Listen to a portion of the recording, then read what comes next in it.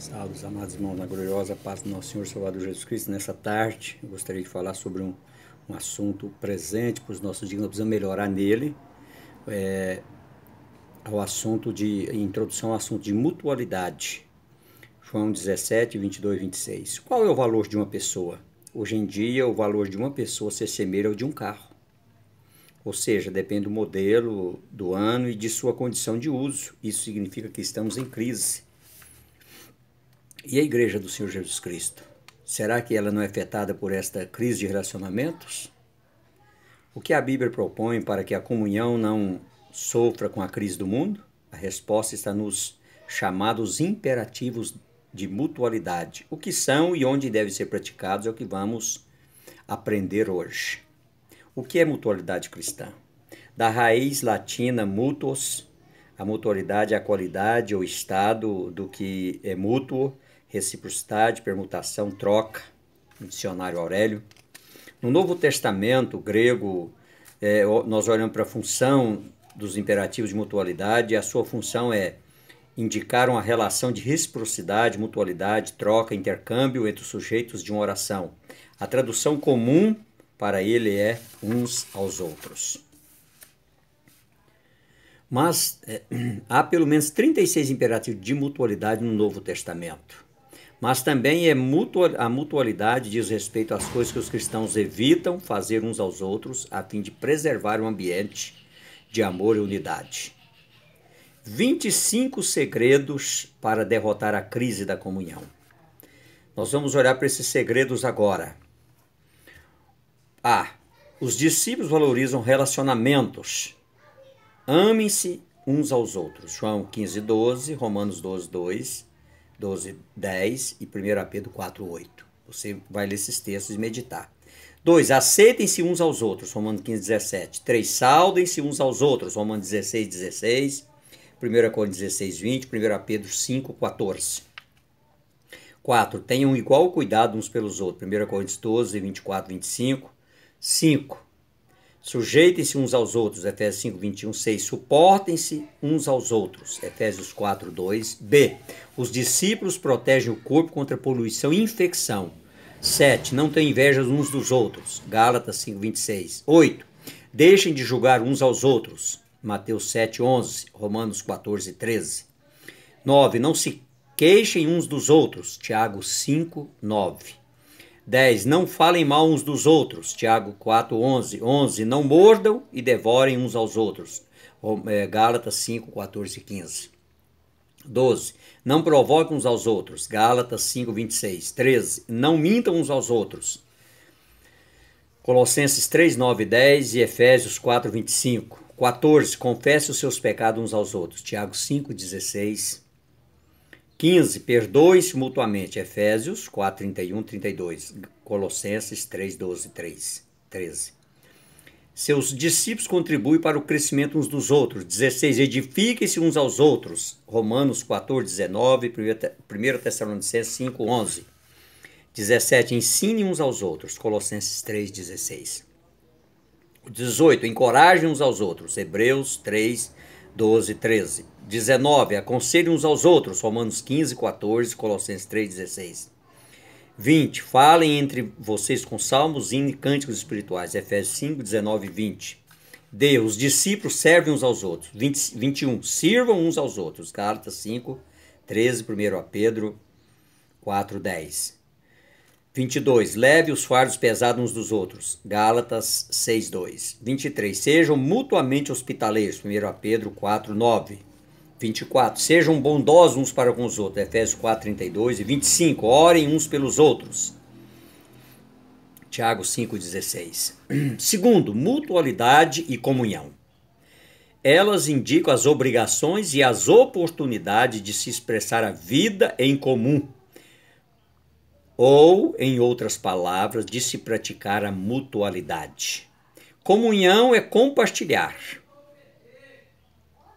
Isto quer dizer que a relação entre comunhão e mutualidade é de simples causa e efeito, onde existe a comunhão, ela se exterioriza através da mutualidade, da manifestação, da prática. A mutualidade constitui uma parte tão importante da vida da igreja que ela não deve ser deixada ao acaso. Mas esta vida recíproca, para ser verdadeiramente bíblica, precisa ser praticada por todos os cristãos. Para que se obedeça aos mandamentos de Deus, no caso os recíprocos, é preciso que se conheçam esses mandamentos e o que eles significam para a vida. 3. A prática da mutualidade na igreja local. A mutualidade dos ministérios. Se olharmos para os ministérios da igreja local, adoração, discipulado, evangelização, oração, ação social, diaconia, aconselhamento, escola dominical, etc., veremos que eles são a prática de muitos imperativos de mutualidade. Na verdade, é o próprio Espírito Santo que está levando os crentes a exercerem a mutualidade em um determinado ministério na igreja local. 2. A mutualidade e os dons espirituais. A manifestação do Espírito é concedida a cada um visando um fim proveitoso. 1 Coríntios 12, 7.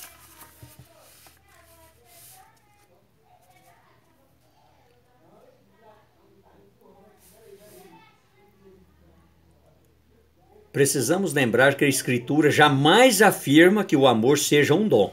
Antes, claramente é descrito como um mandamento.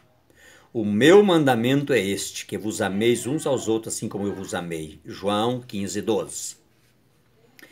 Sabemos que o apóstolo queria mostrar aos coríntios no capítulo 13 que o exercício dos dons sem o amor nada aproveitará.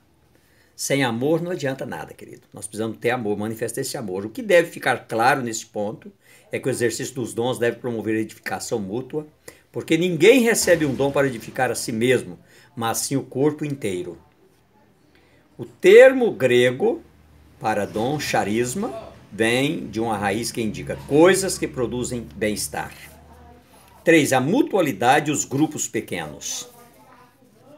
Em uma grande reunião ou culto, na maioria das vezes as pessoas não têm coragem para compartilhar seus problemas e necessidades. Mas num grupo de 5 a 20 pessoas reunidas em uma casa, é muito mais fácil. Sendo assim, o grupo pequeno é um ambiente muito propício para a prática da mutualidade.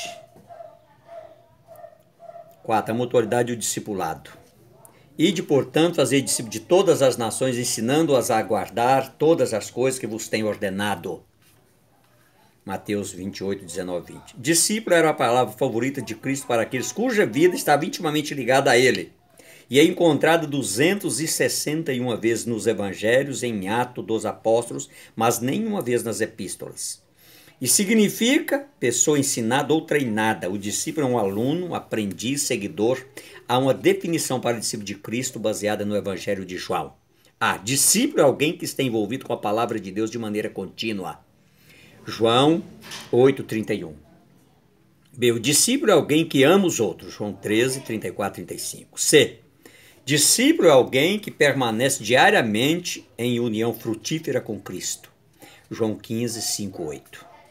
Discipulado é o processo de tomar criancinhas espirituais, educá-las e levá-las a um estado de maturidade, adulta comunhão com Cristo e de serviço eficiente na igreja. Highland Moore. O programa de discipulado deve conter os imperativos de mutualidade, porque esta é uma ótima maneira de ensinar os novos discípulos de Jesus o que devem guardar. E para concluir, se em sua igreja houver alguma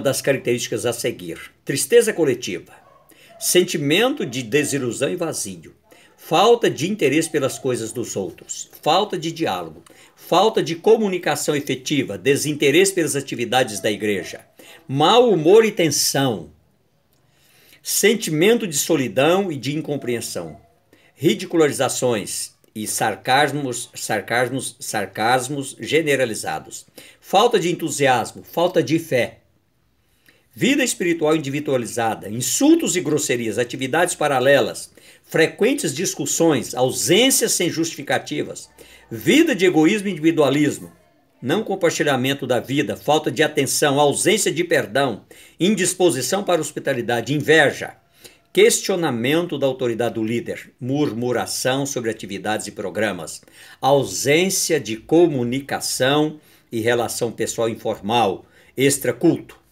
prioridades profissionais ou de lazer acima da igreja. comparações a respeito de outras igrejas e maledicência generalizada. Então ela precisa estudar os imperativos de mutualidade. Bons estudos e ricas bênçãos. Se a tua igreja está assim, meu querido, procure. Esmere, ore para que Deus dê saídas espirituais, porque a tua igreja ela seja edificada com esse sentimento de mutualidade que é fazer parte do corpo de Cristo. Eu gostaria de deixar para você, leia todos os versículos, medite neles, meu querido, porque nós não temos tempo de meditarmos e informarmos através dos versículos, mas você pode ler em casa, estudar. Eu gostaria de te agradecer nessa tarde, em nome do Pai, do Filho e do Espírito Santo. Amém e amém.